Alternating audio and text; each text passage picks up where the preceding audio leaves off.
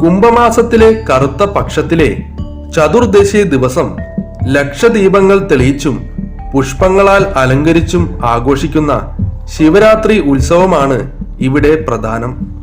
അന്ന് തൃശൂർ പൂരത്തിന് വരുന്ന ക്ഷേത്രങ്ങളിൽ നിന്ന് ദേവീദേവന്മാർ എഴുന്നള്ളി വന്ന് വടക്കുംനാഥനെ വന്ദിച്ച് മടങ്ങുന്നു.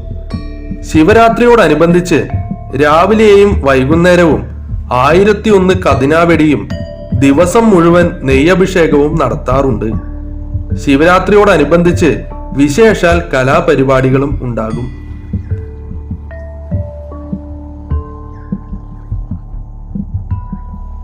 തൃശൂർ പൂരം.